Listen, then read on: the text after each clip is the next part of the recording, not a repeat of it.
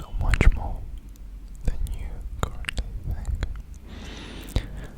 And even if you think that you are worth a lot, you are worth much more. When you think that you are worth much more, trust me,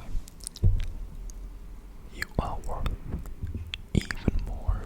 You are always worth much more than you think.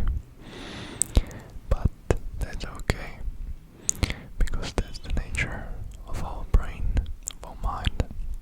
We always think less of ourselves, at least in my case. And it's okay. Of course, there's also some examples when people actually think much more of themselves. Somebody calls that self-confidence, which is not particularly bad. But it's true that we should be always with our feet on the ground, as I like to say. But it's definitely always better to think of yourself that you are more, that you are less, because it gives you the self-confidence that just will not ruin your self-esteem, I would say. Because if you think of yourself that you are more than you really are, you are at least pushing yourself towards a goal, towards something. And by thinking that you are good, you're gonna become good. But the other way around is actually not really good, right? So that's why I always try to raise this thought, try to give you this information, because I believe that nowadays, especially, there are a lot of men and women, boys and girls. Well, currently it's boys in the majority of the cases that feel depressed, oppressed. They feel lost. Of course, there's a lot of girls, a lot of women as well. But for the majority, the percentage, there's, a big difference. And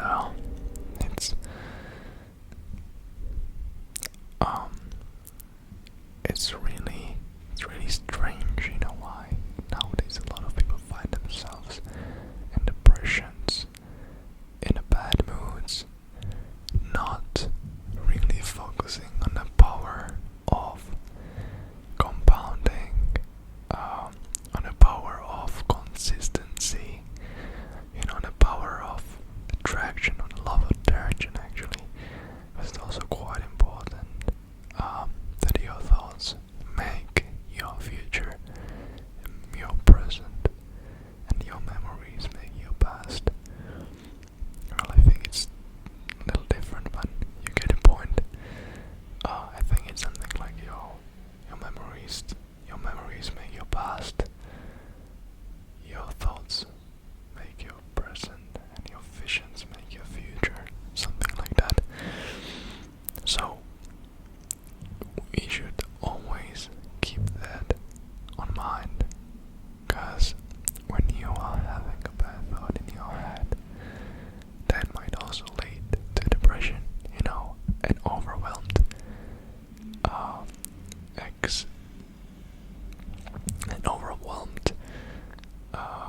number of bad thoughts.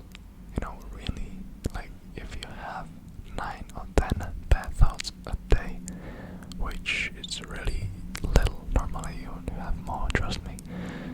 But if you have like 10 of them, alright, or let's say you have 200 of them, okay, but no, I still think you have much more, but let's say 200, and you're gonna reject 100 of them, 50%, there's still 50% 90% of them affecting you negatively. So what that means is that might also lead to depression. So what I would suggest you to do is just to work the negative thoughts in a way that you sometimes, well, most of the times, you cannot really influence them. So if there is no way of you influencing those bad thoughts, then just embrace them, and embrace them with positivity instead, and always trying to find a way of learning from that experience. Always try to learn from those failures, because those failures are the most important, essential thing in our lives, in my opinion. Because you first have to fail to succeed, and I'm failing every day, and I'm gonna keep on failing, and it's absolutely alright. You don't have to have depression because you're failing in life. It's alright, mate. It's alright. We are all in this together. So keep on failing. It's alright. But always try to keep that positive mindset.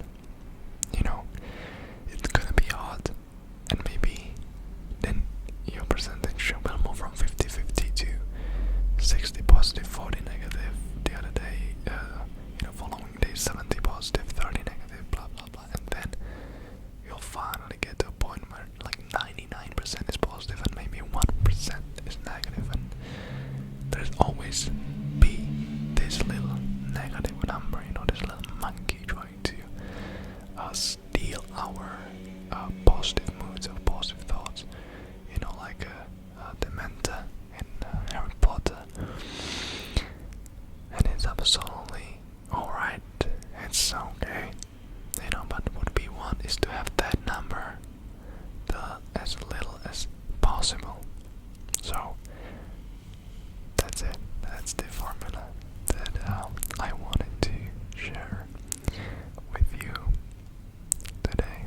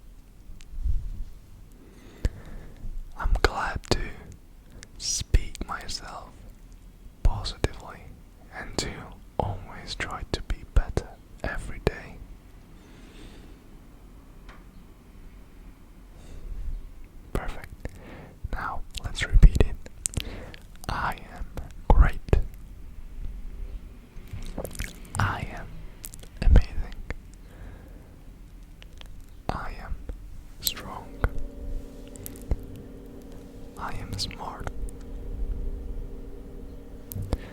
I